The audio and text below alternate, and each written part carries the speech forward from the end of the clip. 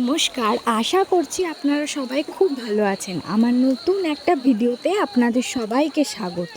আপনারা সবাই জানেন যে রথযাত্রা পালিত হয়েছে। তো সেই রথযাত্রার আগামীকাল তার আগের দিন ছিল বাহুড়া যাত্রা, মানে হচ্ছে পুণ্যযাত্রা। সেই পুণ্যযাত্রা থেকে যেখানে জগন্নাথদেব তার মাসির বাড়ি যান, মানে গুন্ডিচা মন্দিরে, সেইখান থেকে ফেরার সময় হয়েছে। সেখান থেকে ফিরে এখন তার নিজ মন্দিরের সামনে দাঁড়িয়েছেন, কারণ ঢুকতে পারছেন না, লক্ষ্মী দেবী রাগ করে আছেন।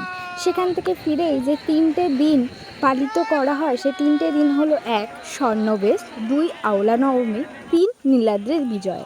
আজকে সেই দিন হলো, যেটা হলো আওলা নবমী।